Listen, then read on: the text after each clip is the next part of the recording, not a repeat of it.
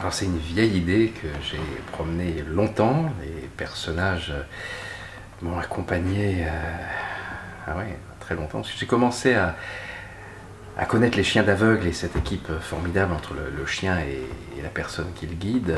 Quand j'avais 12-13 ans, je faisais du théâtre amateur dans les pièces destinées à financer les chiens d'aveugles que mon père écrivait pour le Lions Club. J'ai été frappé, justement, moi qui n'avais pas de chien à la maison, par ce lien extraordinaire qui était un rapport encore beaucoup plus fort que ce qu'on peut avoir normalement avec un chien, c'est-à-dire le chien qui voit pour vous, qui prend les décisions pour vous, et en même temps, lorsqu'on enlève son harnais, il devient un chien comme un autre.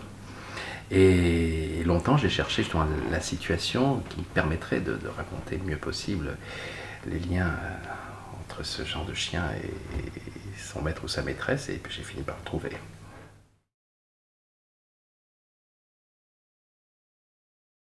J'ai un public suffisamment fidèle pour me suivre à chaque fois dans mes univers différents, même s'il y a des thématiques qu'on retrouve. Donc voilà, mais cela dit, quand j'ai donné le pitch en 2 mots, c'est l'histoire d'un chien d'aveugle à qui il arrive la pire des choses pour un chien d'aveugle, c'est que sa maîtresse recouvre la vue. Voilà, tout de suite, on a envie de lire le livre, c'est ce qu'on m'a dit. Donc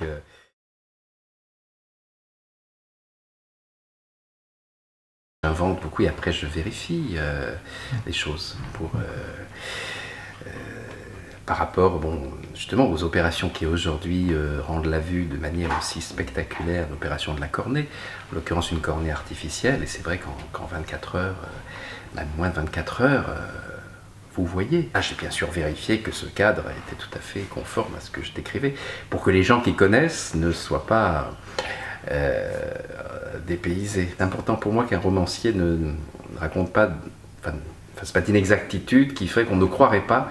Si là on sait que c'est faux, par contagion, ça risque de contaminer le reste et du fait qu'on ne croit pas cette histoire. Et voilà, j'ai toujours un cadre très réaliste dans lequel il arrive des choses extraordinaires.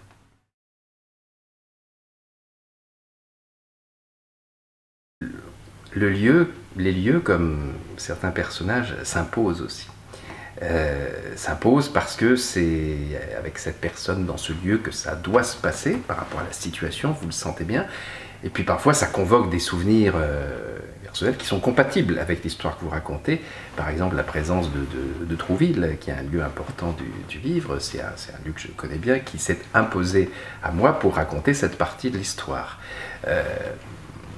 Ça ne pouvait pas, je ne le voyais pas ailleurs. Donc, mais il y a des endroits que je ne connais pas et qui appellent aussi parfois. Alors, j'imagine, après je vais vérifier sur place.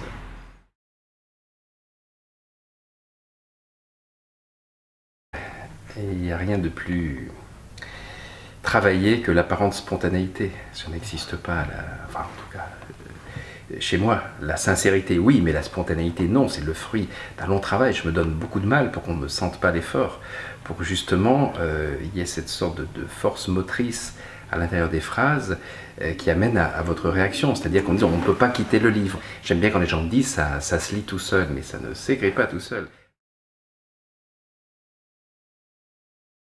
Oui, c'est un accueil extraordinaire. J'ai rarement eu, dès le début, une critique formidable, unanime, mais surtout assez militante même par rapport au ton du livre. Je crois que ce livre tombe bien dans une époque de sinistrose, un peu entretenue, de pesanteur.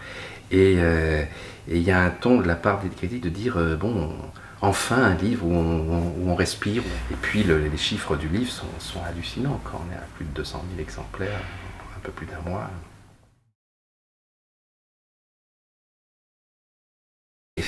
La joie, c'est mon carburant aussi. Donc quand je sens cette joie chez mes lecteurs et qu'ils me l'expriment, finalement c'est formidable. C'est un retour idéal pour moi.